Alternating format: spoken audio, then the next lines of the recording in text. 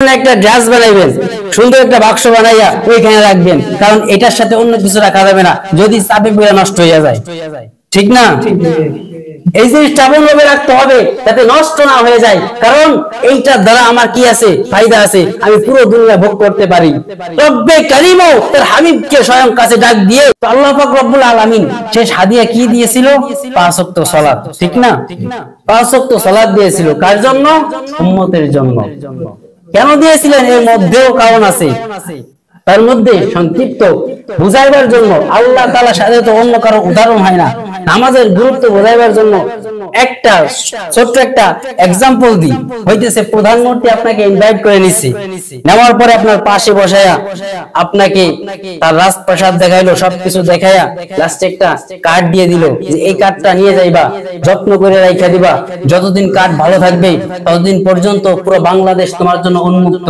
তুমি গাড়িতে যাইবা, কার্ড দেখাইবা ফ্রি, তুমি পার্কে যাইবা, কার্ড দেখাইবা ফ্রি, এক কথায় দোকানে যাইয়া কার্ড দেখাইবা, সবকিছু ফ্রি, এরকম করে দিল। এই কার্ডটাকে আপনি কতটুকু যত্ন করবেন? এই কার্ডের জন্য একটা ড্রাস বানাইবেন, সুন্দর একটা বাক্স বানাইয়া ওইখানে রাখবেন, কারণ এটার সাথে অন্য কিছু রাখা যাবে না, যদি চাপে পড়ে নষ্ট হয়ে যায়। ঠিক না? এই জিনিসটা এমন ভাবে রাখতে হবে যাতে নষ্ট না হয়ে যায়, কারণ এইটার দ্বারা আমার কি আছে, ফায়দা আছে, আমি পুরো দুনিয়া ভোগ করতে পারি। রব্বে কারীমও তার হাবিবকে স্বয়ং কাছে ডাক দিয়ে এই এমন একটা কার্ড দিয়েছে, এই কার্ডটা আপনাকে জান্নাত পর্যন্ত পৌঁছায় দিবে।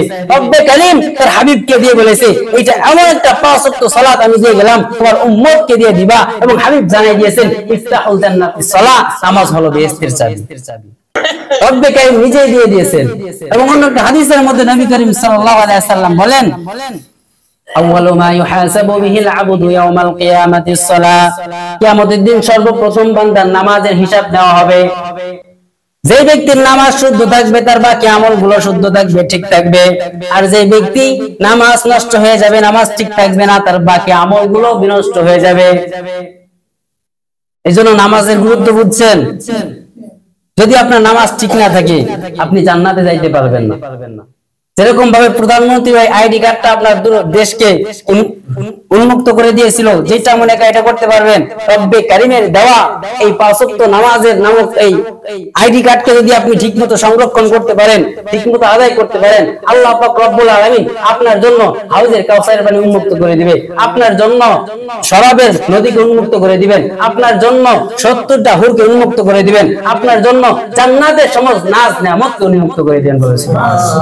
আল্লাহ পাক রব্বুল আলামিন আমাদের সকলকে 5 ওয়াক্ত সালাতকে সুন্দরভাবে আদায় করার তৌফিক দান করুন।